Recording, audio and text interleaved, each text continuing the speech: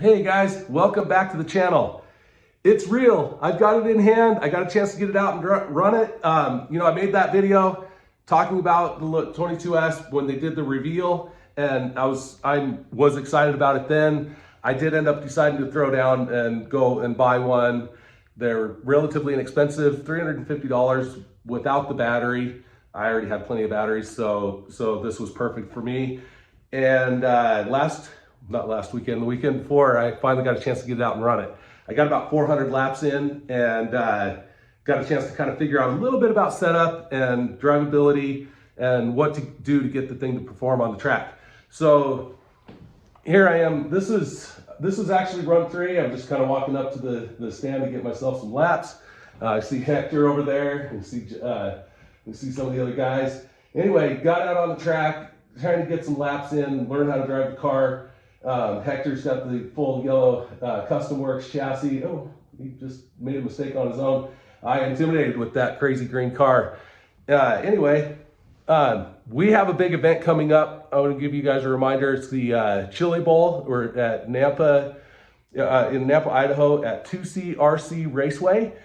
And I'll be running /modified, and I'll be running this class as well. So if you guys want to come race with me and beat me at my home turf, I'd love it if you did. And these would be the classes I'll be running. I'll have my graphics on the car by then. I like to run my business logo.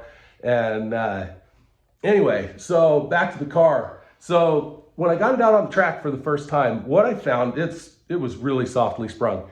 Our track right now is actually really rough. So like back in here is super rough. All this section in the back is just really, really bouncy. You kind of jump coming into the corner and then jump actually coming out of the corner as well. So it's really tricky. And I found it was a little too softly sprung. There's not a lot of adjustment that you can make as far as just chassis changes. The only thing that I changed, the upper shock tower was in this outside shock hole, and I just moved it to the inside hole.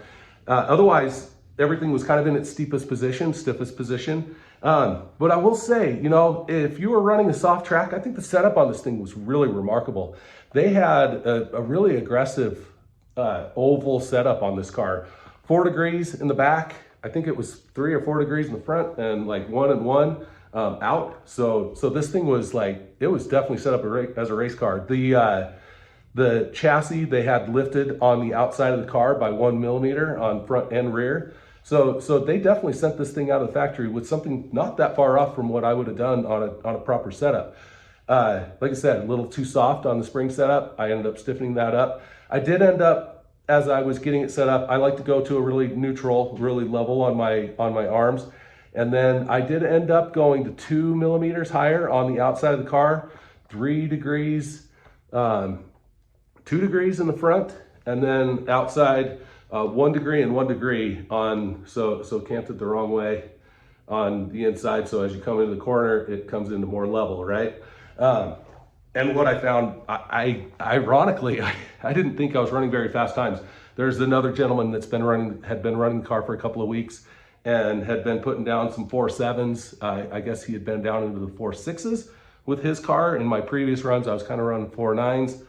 When I first set it up, I was 5.4 when I first got it on the track. So in setup and changes, it turns out I think I still have the fastest car. I'm running 4.5s and 4.6s with the setup I've got on this right now.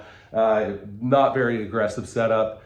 I ended up going 3 degrees, 2 degrees. I think I told you 1 degree, 1 degree, so I might be telling you again. But so pretty aggressive, but not super aggressive. I was really looking for drivability. I got out and did my last session. I literally was just trying to get a ton of laps.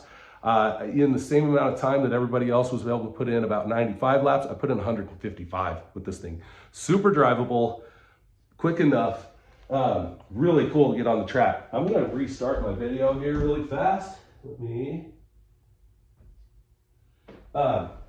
So then just wanted to mention, so some of the cars that I was running against in the video, two of the cars that we were kind of playing around with out there were, I believe, are both Custom Works full race chassis. And so, this car does not comply to regulations. I believe that we found that the wing was too long, so too much surface area on this upper wing.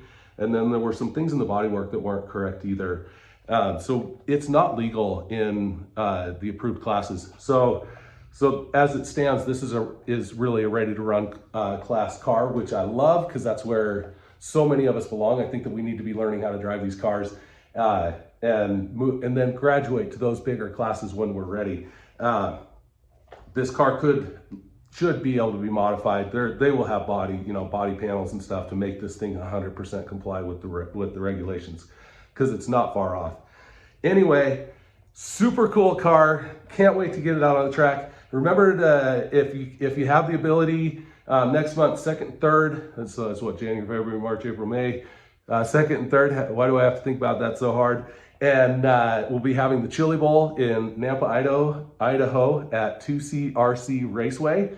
And I can't wait to see you there. And I can't wait to race this car on a great track. We will see you in the next video.